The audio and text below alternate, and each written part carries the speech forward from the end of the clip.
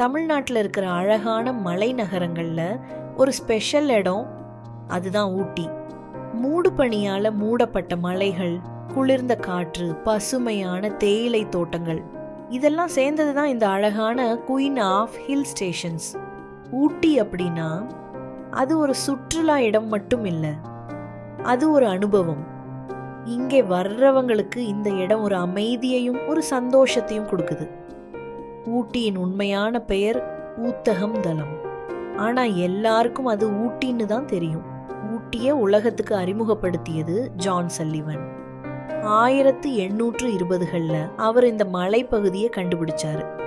அவருக்கு பிடிச்ச இந்த இடத்த அவர் ஒரு சம்மர் ரீட்ரீட்டாக மாற்றினாரு. அதுக்கப்புறம் தான் ஊட்டி ஒரு முக்கியமான ஹில் ஸ்டேஷனாக வளர ஆரம்பிச்சது.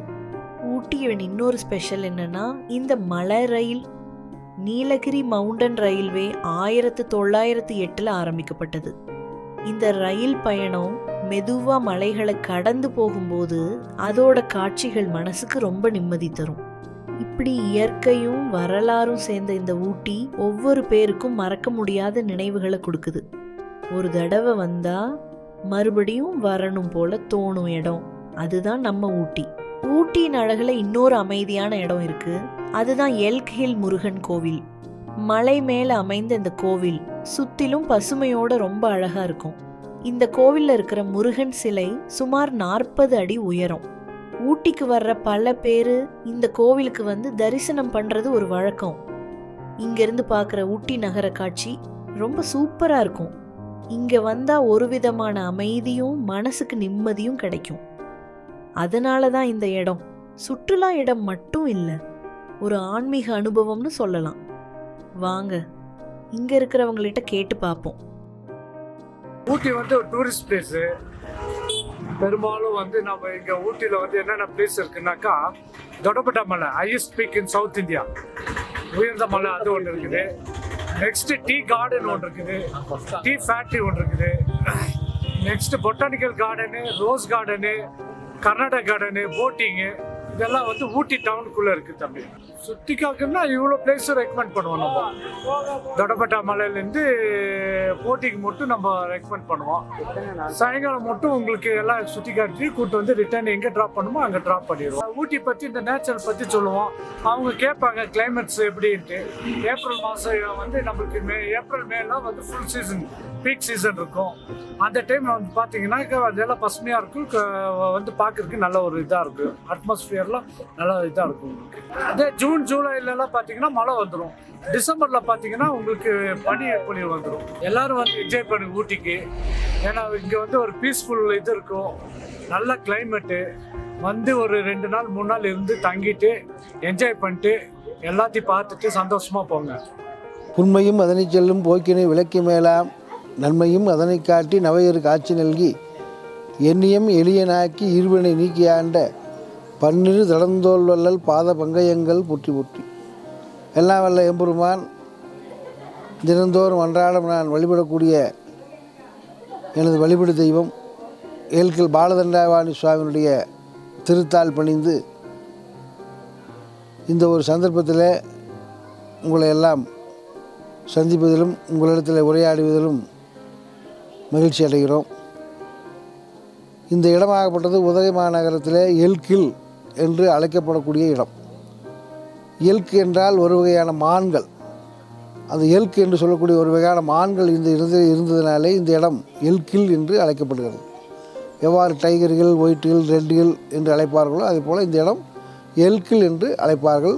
தமிழிலே திருமான்குன்றம் என்று அழைக்கப்படக்கூடிய திருத்தலம். இந்த கோவிலாகப்பட்டது சற்றேறத்தாழ ஒரு 100 ஆண்டுகளுக்கு மேலான வரலாறை கொண்ட திருக்கோவில். எவ்வாறெனில் 2 பக்தர்கள் ஒவ்வொரு ஆண்டும் எம்பெருமான் பழனி பாலதண்டாவாணி சுவாமியை தரிசிப்பதற்காக நடைப்பயணமாக செல்வார்கள். அவ்வாறு குறிப்பிட்ட ஆண்டிலே அவர்களுடைய முதுமையின் காரணமாக பகவானிடத்திலே வேண்டி துதிக்கிறார்கள். சுவாமி, அன்றாட வருடந்தோறும் வந்து உன்னை வழிபாடு செய்தோம், எங்களுடைய முதுமையின் காரணமாக உன்னை பாத யாத்திரையாக வந்து தரிசிக்கக்கூடிய வாய்ப்பு கிடைக்குமோ கிடைக்காதோ என்று பகவானிடத்தில் வேண்டி துதித்த பொழுது பகவான் அவர்களுக்கு அருள்பாலித்தார். வருந்தாதீர்கள், உங்களுடைய பக்தியை மெச்சி நீங்கள் இருக்கக்கூடிய இடத்திற்கே வந்து நான் காட்சி தருகிறேன் என்று உறுதியளித்ததன் காரணமாக இங்கு வந்து எழுந்துள்ளியதாக வரலாறு. சற்றேறத்தாழ கடல் மட்டத்திற்கு மேலே ஒரு 6600 அடி உயரத்தில் இருக்கக்கூடிய ஒரு திருத்தலம். முருகன் திருவுருவச் சிலை முதலிலே உயரமான திருவுருவச் சிலையாக அமைந்தது இந்த கோவில்தான் என்பதை கூறிக்கொள்வதில் மிகவும் பெருமையும் மகிழ்ச்சியும் அடைகிறோம். எல்லோருக்கும் எல்லா நன்மைகளும் எப்பொழுதும் ஏல்கில் முருகனுடைய அருளினாலே கிடைப்பதாக பிரார்த்தித்து விடைபெறுகிறோம். நன்றி, வணக்கம். இந்த மான்குன்றம் என்று சொல்லக்கூடிய இந்த இயற்கை எழில் சூழ்ந்த ஊட்டி உதகை நகரத்தில் இருக்கக்கூடிய இந்த முருகன் சன்னிதானமானது மிகுந்த பழமை வாய்ந்தது மட்டுமல்லாது மிகுந்த புகழ் வாய்ந்தது. பழங்குடி இணைத்து மக்கள் வசிக்கக்கூடிய ஒரு அற்புதமான இடம் இந்த ஊட்டி. படுகர் என்று சொல்லக்கூடிய படுகரின மக்கள் மற்றும் தோடர் என்று சொல்லக்கூடிய சற்றேறக்கூடிய ஒரு 10 விதமான மலைவாழ் மக்கள் வசிக்கக்கூடிய அற்புதமான இடம்தான் இந்த ஊட்டி.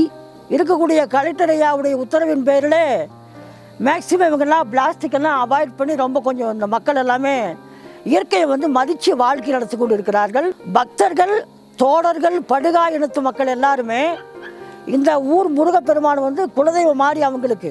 ஊட்டி மக்கள் சுற்றி பார்ப்பதற்கு ஏற்ற தலமாகவும் இங்கே இருக்கிறது. அனைவரும் வாருங்கள், வந்து இந்த அற்புதமான பச்சை பதர்ந்த இயற்கை காட்சி கண்டு ரசியுங்கள். மனதை நன்கு செம்மைப்படுத்தி கொள்ளுங்கள். மனம் மகிழ்ந்து இறையருளோடு இந்த இடத்தை விட்டு சென்று மன மகிழ்ச்சியும் இறையருளும் பெற்று வாழ்வாங்க வாழ எல்லாம் வல்ல எம்பெருமான் முருகவேலை கேட்டுக்கொள்கிறேன். வாய்ப்புக்கு மிக்க நன்றி. அன்பும் நண்பன் முருகனுக்கு மனப்பூர்வமான வாழ்த்துக்கள். தேங்க்யூ.